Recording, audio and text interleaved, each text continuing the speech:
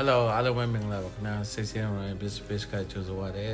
မင်္ဂလာပါ CCTV နေ့ပြောပြခြင်းတဲ့အကြောင်းအရာတော့ပေါ့နော်တခါတလေကြာရင်ကိုကဘယ်ဟာဝါသနာပါလဲဘယ်ဟာစိတ်အားထက်သန်လဲဆိုတာကိုပေါ့နော်ကိုဟာကိုပြန်စစ်ဖို့မေ့နေတတ်ကြတယ်တချို့ကလည်းဟင်းချက်တာဝါသနာပါတယ်တချို့ကျစာအုပ်ဖတ်တာဝါသနာပါတယ်တချို့ကျတော့လည်းကိုစီးပွားရေးလုပ်တော့မယ်ဆိုလို့ရှိရင်ပေါ့နော်ဟင်းဒီဥစ္စာတွေကပေါ့နော်ဟိုကိုဝါသနာပါတဲ့ဟာမဟုတ်ဘူးဆိုပြီးတော့မှထင်တတ်ကြတယ်ပေါ့နော်ဒါပေမဲ့ဒါမစတင်ရသေးလို့ဖြစ်တယ်ပေါ့နော်ဥပမာဒီ Stacy လို့ဆိုတာ digital business လုပ်တဲ့အချိန်မှာ Stacy အနေနဲ့ဝါသနာပါတာတဲ့ကိုကစီးပွားရေးလုပ်ချင်တာလေနော်ဒါပေမဲ့ဒီထဲမှာပျော်မွေ့ဖို့ဆိုလို့ရှိရင်ကိုကဘယ်လိုမျိုးတွေကိုကျွမ်းကျင်လဲဆိုတဲ့အရာတွေကိုတခါတလေကြားလို့ရှိရင်ပြန်စစ်ဖို့မေ့နေတတ်တယ်ပေါ့နော်အဲ့ဒီဟာလေးကိုပြောချင်တာအဲ့တော့ကိုကဒီလုပ်ငန်းကိုလုပ်လာတဲ့အခါမှာကိုက technology ဘိုင်းတွေကိုအဲ့လိုမျိုးစမ်းသပ်ရတာလေ့လာရတာသင်ယူရတာ create လုပ်ရတာဒါလေးတွေကိုဝါသနာပါတယ်ပြီးတဲ့အခါကျလို့ရှိရင်လည်းဒီ learning လုပ်ရတဲ့ဟာပေါ့နော်ကိုဟာနဲ့ကိုဒီ challenge လုပ်ပြီးတော့မှသင်ယူရတဲ့အပိုင်းတွေကိုဝါသနာပါတယ်တခုခုဆိုလို့ရှိရင်လည်းပြန်ပြီးတော့မှဝေမျှရတဲ့ဟာတွေကိုဝါသနာပါတယ်အဲ့ဒါဆိုတော့ကိုယ့်အလုပ်ကိုပျော်လာတယ်စိတ်အားထက်သန်လာတယ်ဒီကနေပြီးတော့မှဒီလိုမျိုးတွေလုပ်ပြီးတော့မှ result တွေရတဲ့အပေါ်မှာကိုကပျော်ရွှင်မှုတွေရလာတယ်ဒါကလည်းကိုယ့်ရဲ့ဝါသနာနဲ့ကိုယ့်ရဲ့ရွေးချယ်လိုက်တဲ့အလုပ်နဲ့တစ်ထက်ထဲသွားကြတာပေါ့နော်အဲ့ဒီအတွက်ကြောင့်မို့ဒါကိုယ့်လုပ်ငန်းမှာကိုက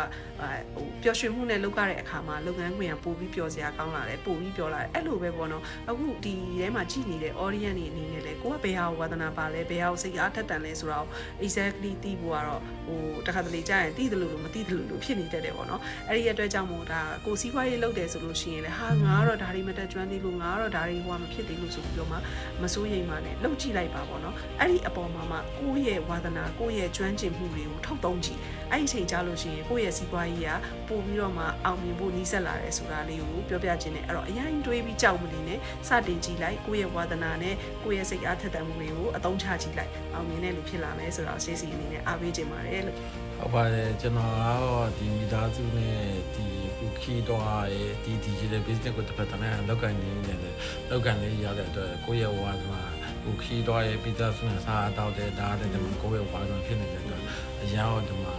ဟိုလောကကန်ရတဲ့အဆင်ပြေရတစ်ဖက်တည်းနဲ့ကိုကခီတော့နေတော့ညာတဲ့တစ်ဖက်တည်းနဲ့ကိုဝင်ရရှိနေတဲ့အတွက်အရာအဆင်ပြေရပေါ့လေကျွန်တော်ဝါနာကိုကလောကကန်ရတဲ့စိတ်ပိုးပြီးစိတ်ကပိုးပြီးထက်တန်တယ်ပိုးပြီးတော့ဒီမှာ result တွေပိုးပြီးဟောဖြစ်ရရှိခဲ့ပါဟုတ်တယ်အဲ့တော့တခါတလေကြားလို့ချင်းဟာငါကတော့ဒါကြီးကတော့ဝါသနာမပါဘူးဒါကြီးကတော့လုံးတက်မှာမဟုတ်ဘူးဆိုပြီးတော့မှကြိုပြီးတော့မှပေါ့နော်မဖြစ်နိုင်ဘူးဆိုတော့ဘူးတွေကိုပေါ့နော်ဖယ်ပြီးတော့မှကိုစိတ်အားထက်သန်တာပဲဖြစ်ဖြစ်ဝါစီပွားကြီးတစ်ခုကိုစတင်ခြင်းလို့ပေါ့နော်ကိုဟာကိုမဝင်မရဲဖြစ်နေတာပဲဖြစ်ဖြစ်ကိုလက်ရှိပေါ့နော်ဟိုဘယ်လိုပြောမလဲကိုယ့်ရဲ့ skill တွေကိုမမြင်ရသေးဘူးပေါ့အဲ့ဒီအချိန်မှာကြောက်စိတ်ဖြစ်တာဖြစ်တယ်ပေါ့နော်အဲ့ဒီအတွက်ကြောင့်မကြောက်ပါနဲ့စတင်ကြည့်ပါ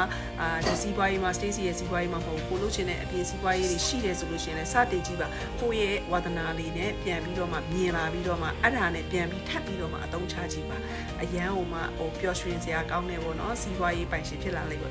ပါလိမ့်မယ်ပေါ့နော်ဆိုတော့အဲ့ဒါလေးကိုအားပေးခြင်းနဲ့ Stacy ရဲ့ business ကိုစိတ်ဝင်စားရဲဆိုရင်တော့ www.stacywianryan.com မှာနာမည် email ထည့်ပြီးတော့မှအခမဲ့ဗီဒီယိုလေးကိုဝင်ရောက်လေ့လာကြည့်ပါ see you next video see you